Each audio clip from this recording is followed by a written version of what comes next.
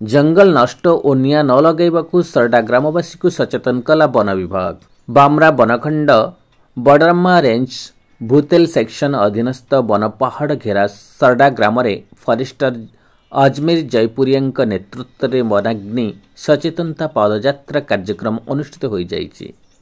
जयपुरिया नेतृत्व में सरडा सरकारी उन्नयन उच्च विद्यालय शिक्षक मेरी सिराज अल्ली और तापस कुमार विश्वाल नेतृत्व में विद्यालय छात्र छात्री एवं वन विभाग अधिकारी माने सरडा विद्यालय ठारू आरंभ करी तिलई ग्राम परिक्रमा करी पदयात्रा माध्यम विद्यालय पर्यंत विभिन्न स्लोगान और प्लाक कार्ड प्रदर्शन करी जनसाधारण को जंगल निया न लगेबाकू सचेतन कराइथिले।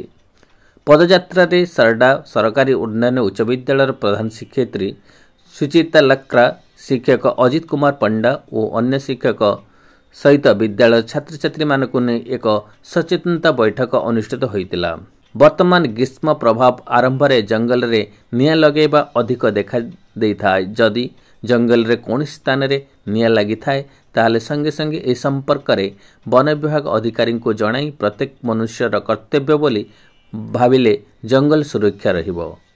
जंगल रे निया लगेबा द्वारा वायुमंडल रे एहार कौन कौन प्रभाव पड़िथाए सचेतनता कार्यक्रम रे वन विभाग पक्षरु छात्र छात्री सहित आलोचना करा जाई अन्य मानकु मध्य ए संपर्क सचेतन करया पई अनुरोध करा जाइथिला।